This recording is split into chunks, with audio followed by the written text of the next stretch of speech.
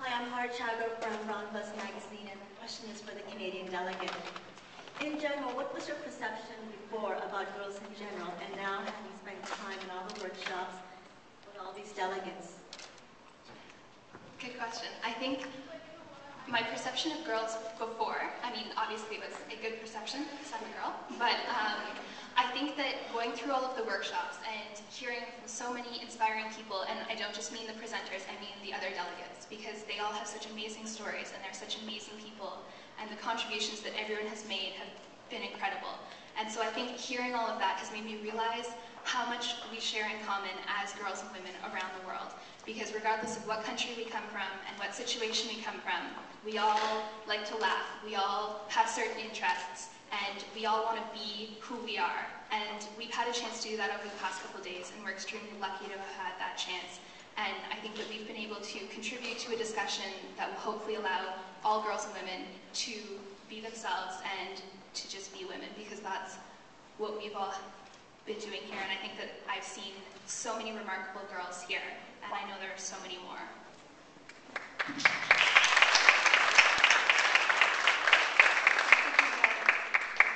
At least one or two.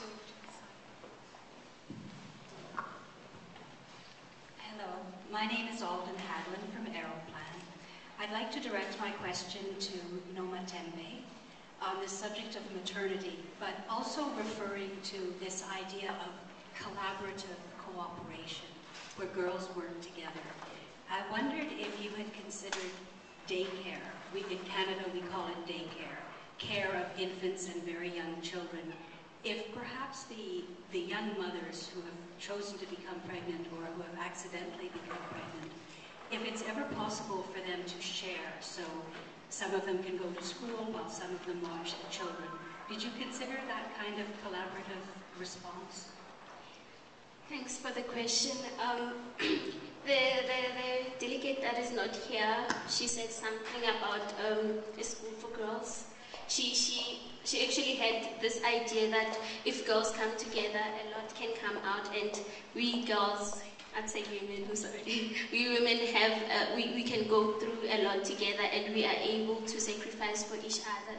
So even though she didn't put it the way, she didn't direct it the way you have directed, ma'am, I believe that it's a very good idea, and it should be taken into consideration and into full detail, and it can really help those who are pregnant, so we don't lose hope, we move forward, we deal with what has happened in the past, remain in the past. Thanks. Adding to that, actually, I would like to give an example of a system that's happening in India, and that's something that my organization is planning to take forward. Is what we do is, like you spoke about collaborative action and a girl for girl change. So now there's this one woman who was gang raped by a few people about some months back. So this woman, she was taken to a cooperative in an organization, a brilliant organization that works in India, and she was empowered.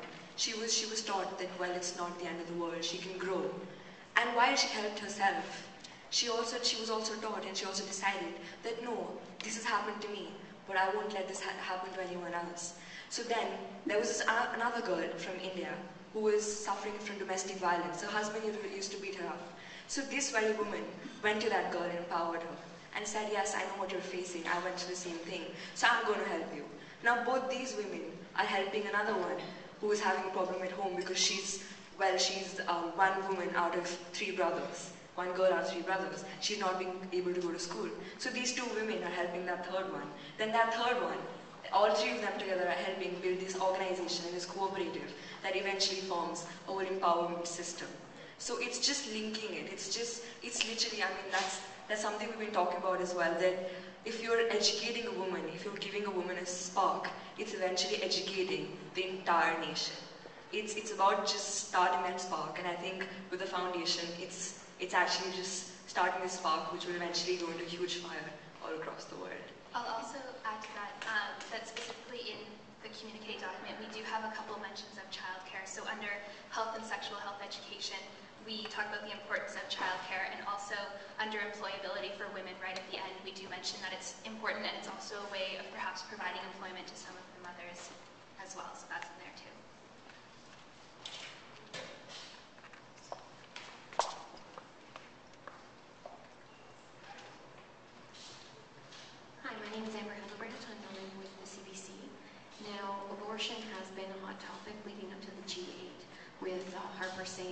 you will not fund abortion in any of the maternal health initiatives.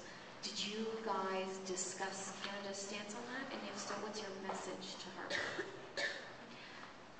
We definitely discussed as a group, and we were talking from the perspective of all change makers, all countries, and what we recognized was the fact that abortions happen around the world. And so we recognized that it was a very contentious issue in many countries, not just in Canada, and that it's very important to look at all of the aspects of that debate and discussion, but without sort of picking a side or isolating anyone or anything like that. We did all recognize that abortions happen and that unsafe abortions are a cause of a huge amount of maternal death, and so it's really important from the perspective of maternal safety to have safe abortions. And so that was sort of the recognition that everyone discussed together, and we were working on these recommendations for everyone. Yes, and what we did is we didn't agree that it is right or wrong. What we did is to acknowledge the fact that it happens and it takes away lives, and we're dealing with that.